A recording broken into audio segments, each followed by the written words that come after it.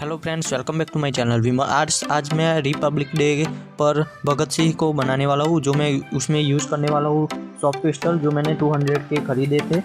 अभी हम ड्रॉ करेंगे, चलो तो करते हैं। और ये मैं अभी पहली बार यूज़ कर रहा हूँ अपनी ड्राइंग्स में।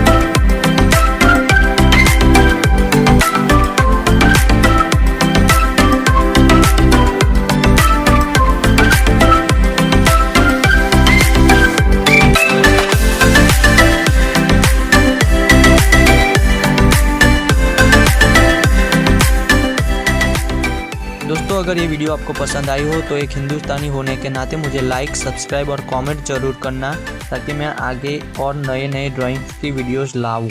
Thank you.